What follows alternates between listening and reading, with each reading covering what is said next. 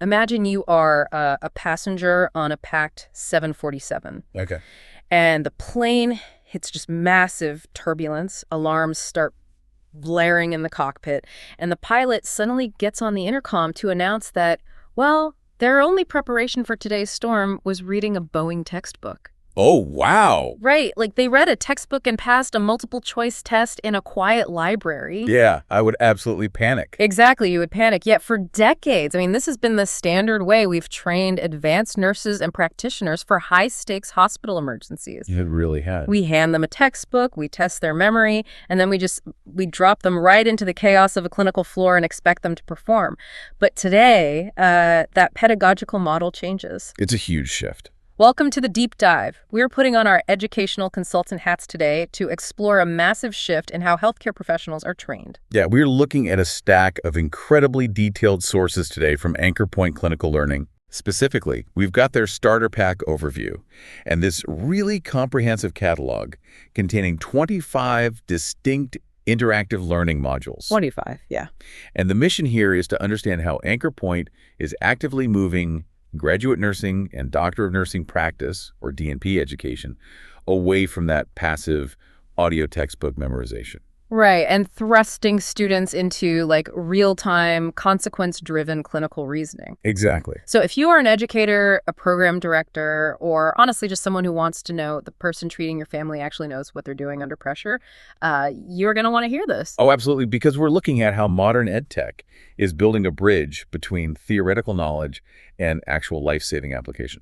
And from a logistical standpoint, I mean, the source material emphasizes that these modules are built on Reach 360. Which is huge. It is huge for faculty because it means this entire ecosystem is effectively plug and play. You know, you don't need an IT department to build a simulator. Where it just integrates directly into existing learning management systems. Yeah, and furthermore, every single module is strictly aligned with the latest AACN essentials and grounded in peer-reviewed literature. And that foundational rigor is really what makes the interactive elements work. Because to really grasp the value of AnchorPoint's catalog, we need to understand the cognitive problem they're trying to solve. Which is? Well, the traditional approach to advanced pharmacology often relies on passive intake. A student reads a chapter on infectious diseases, listens to a lecture, and then takes a test. Right. But clinical practice doesn't present itself as a multiple-choice question where 3 of the answers are obviously wrong. Right. A real patient presents with, like, layered, evolving conditions. Exactly. A patient's blood pressure might crash while they're on a specific antibiotic, and the nurse has to figure out, is it the disease progressing, an adverse drug reaction, or a completely new complication?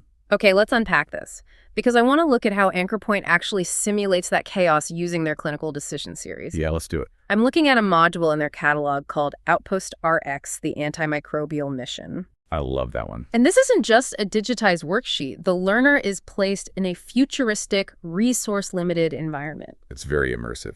Let's talk about the mechanics of the interface. From what the materials describe, you log in, and you are not just reading text. You are presented with a dynamic patient dashboard. Right, so you have to interpret incoming clinical data. Yeah, lab results, vital signs, and you make real-time decisions about antimicrobial therapy. You are selecting the drug, determining the dose, and this is the kicker, the simulation reacts. Yes. If you make the wrong choice, the patient's condition visibly deteriorates right on your screen. You have to recognize that failure, escalate therapy, and manage the fallout, like emerging antibiotic resistance patterns. And the visual feedback loop is immediate. The same mechanism applies to their cardiology control room module. Oh, yeah, the control room. Right. The software creates this dynamic clinical dashboard where the learner is suddenly responsible for managing hypertension, heart failure, pharmacotherapy, and anticoagulation. That's a lot of pressure. It is. You are watching a digital monitor track hemodynamic changes. And for those outside the medical field, hemodynamics refers to the physical dynamics of blood flow. So things like blood pressure, heart rate, the volume of fluid, the heart is pumping. Exactly. The learner watches those metrics shift in real time and has to prioritize interventions.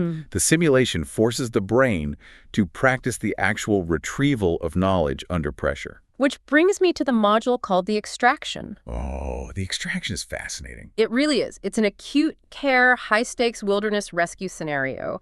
The learner has to stabilize a patient in a highly stressful environment. But there's this incredible detail in the design. Luna. Yes. They include a character named Luna, who is a Springer Spaniel search and rescue dog. Such a smart addition. Having a puppy present in this intense clinical simulation is brilliant. It makes the scenario feel personal and, approachable. Right, it subtly lowers the user's affective filter. Exactly, that psychological barrier of test anxiety. So the student can actually focus on the clinical data rather than just freezing up from the stress of the simulation. Yeah, it grounds them. But I do have to play the skeptic for a second here. Okay, lay it on me. I'm looking at the starter pack overview, and I am stuck on one specific detail.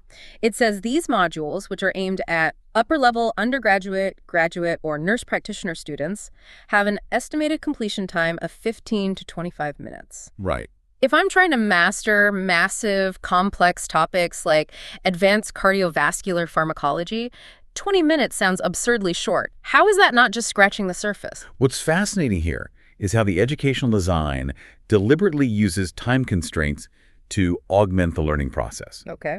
These modules are explicitly not meant to replace initial learning. The student has already read the textbook. They've already attended the lecture. The AnchorPoint simulation acts as a post-lecture reinforcement. By constraining the module to 15 to 25 minutes, the software intentionally increases the cognitive load to mirror a real clinical environment. Because in a hospital, you don't have 3 hours to sit with a textbook. Exactly. You can't debate heart failure medications while a patient's hemodynamics are crashing. You have minutes. Wow, yeah. So that short time frame forces rapid synthesis and application, shifting the brain away from slow, static memorization and into fast, active clinical reasoning. So we've solved the issue of fast-paced acute emergencies. But clinical reasoning isn't always about speed, right? Definitely not. Sometimes, particularly in primary care or chronic disease management, the cognitive load isn't about rapid reaction. It's about tracking a disease over months or even years. Right. Progressive layered management is an entirely different intellectual muscle. It really is. So how do they handle that? Well, that transition from acute to chronic care is mapped out beautifully in the catalog, particularly in a module called Endocrine Ascent. Endocrine Ascent. Yeah. And the structure of the simulation changes entirely here. Instead of a rapid-fire control room, learners are literally climbing a mountain of increasingly complex endocrine cases. Oh, that's clever. Right. The user interface guides them through stepwise decisions related to diabetes management and hormonal regulation over an extended simulated timeline. Okay, so how does the timeline work? Well, for instance, the learner might prescribe an initial insulin regimen, and then the simulation advances a few months. Oh, I see. Then the learner reviews the new patient data, interprets long-term metabolic trends, and adjusts the therapy. So they might have to introduce something like GLP-1 therapies. Exactly. Which, just for context, are a class of medications that help regulate blood sugar and appetite by mimicking a hormone in the gut. We hear a lot about them in the news lately regarding weight loss, but they are incredibly complex to manage clinically. They are. The learner has to navigate those complexities.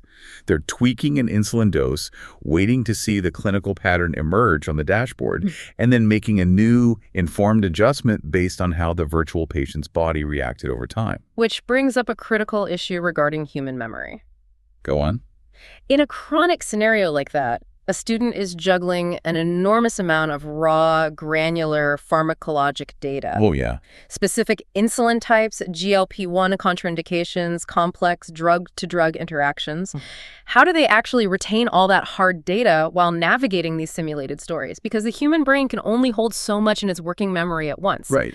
Here's where it gets really interesting, because the catalog details this proprietary method they use called memory anchors. Yes, the memory anchors are key. The interactive scenario, like climbing the mountain, provides the narrative stress and the why.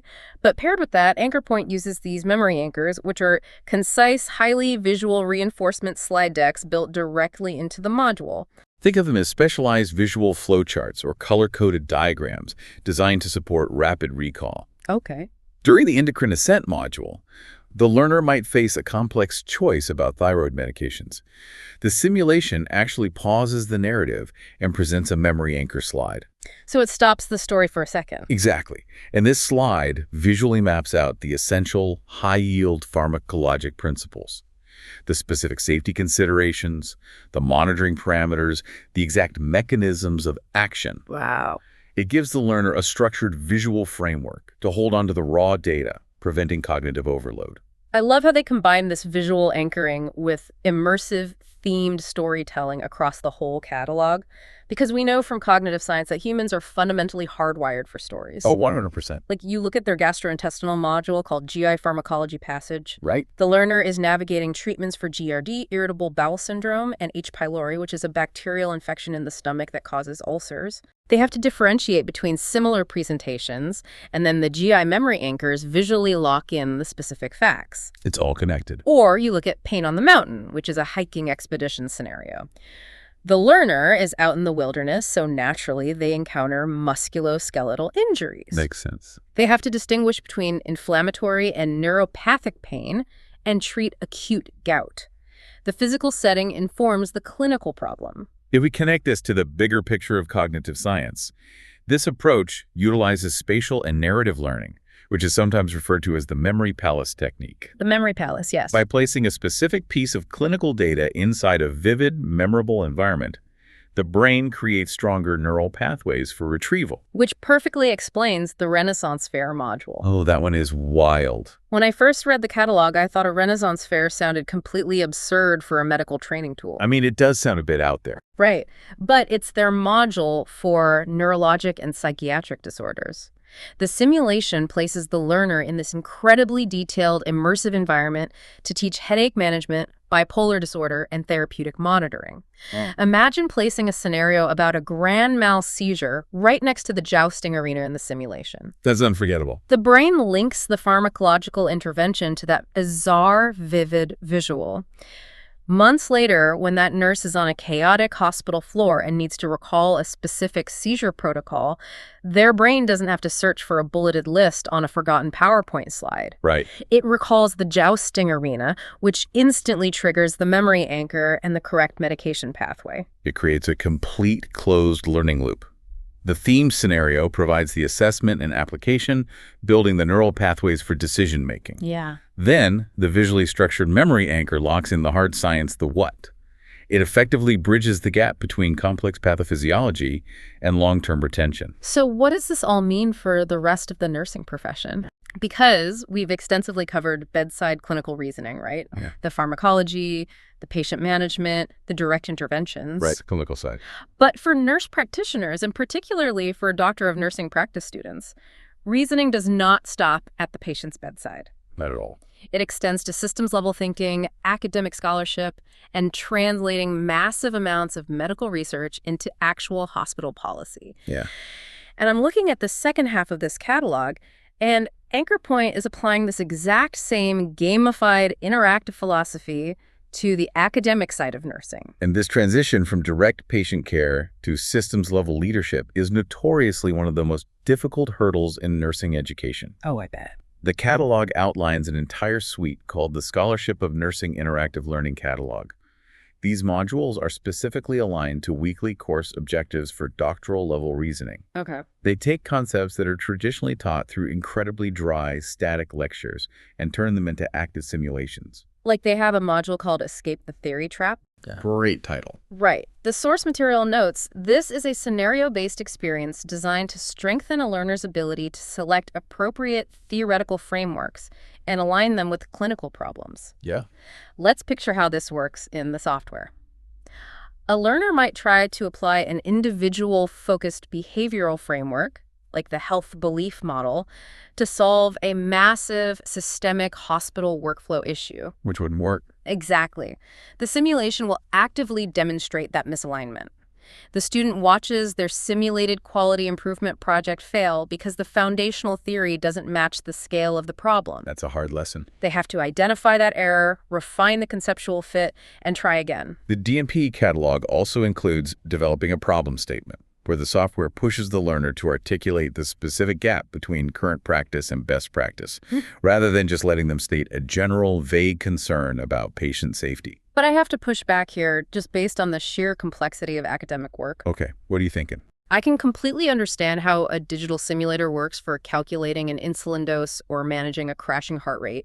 You code the math, you code the physiological response. Sure. But can a simulated gamified module actually teach someone the highly subjective, nuanced art of synthesizing peer-reviewed literature? This raises an important question about how we fundamentally define active learning in higher education. Right. Traditionally, teaching a student how to appraise evidence means handing them a printed checklist, giving them a 20-page research paper, and telling them to find the methodological flaws. It's so tedious. It is. But AnchorPoint's approach moves far beyond passive checklist completion. We can look at their interactive tools, specifically the JBI Critical Appraisal Walkthrough. The JBI tools? Yeah. For context, the JBI Critical Appraisal tools are standardized instruments used to assess the methodological quality of a study. Essentially, figuring out if a piece of published research is actually trustworthy enough to base patient care on. Okay, so instead of just reading about how to appraise a paper, the software guides them through doing it. Exactly. The simulation systematically demonstrates how to pull apart a study, evaluate its validity, and organize that literature into a problem evidence matrix to support a scholarly argument. Whoa. The learner interacts with the text, dragging and dropping evidence, highlighting flaws, and making active choices about which data is strong enough to use. It treats academic methodology as a tangible, interactive clinical skill. Then the culmination of all that academic skills seems to be in a module titled Crossing the Gap to Best Practice. Oh, yeah. This targets the single biggest failure in medical academia, when incredible, synthesized, peer-reviewed evidence just ends up sitting in a binder on a shelf and never actually changes hospital policy. It happens all the time. This module is an interactive experience that forces the learner to actively translate that synthesized evidence into real-world implementation strategies. Right. I imagine the simulation places the student in a virtual stakeholder meeting. They have their JBI appraised evidence, and they have to navigate the systemic barriers of a hospital. Budget constraints, staffing shortages. Resistant administrators. To actually implement a new clinical protocol, the academic process becomes consequence-driven. And the catalog also details an unlocking engagement module, which requires learners to apply motivational and educational theories to real-world scenarios. That covers everything. It really does. It guides their decision-making across framework selection and aim development.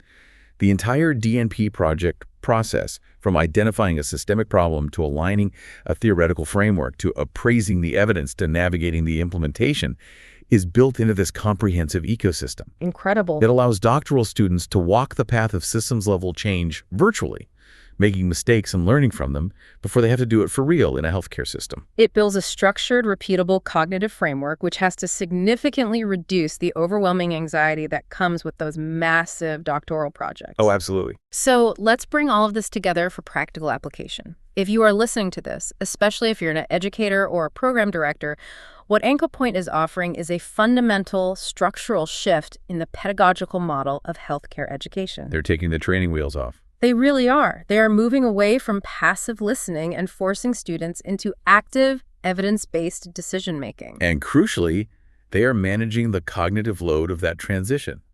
By utilizing concise timeframes, engaging narratives, and visual memory anchors, they ensure that the foundational scientific knowledge is hardwired into the learner's brain. Right. Rather than being lost in the stress of the simulation. And the starter pack document also breaks down how accessible this is for programs to pilot. Yeah, let's talk logistics. Because it integrates directly into Reach 360, the barrier to entry is incredibly low.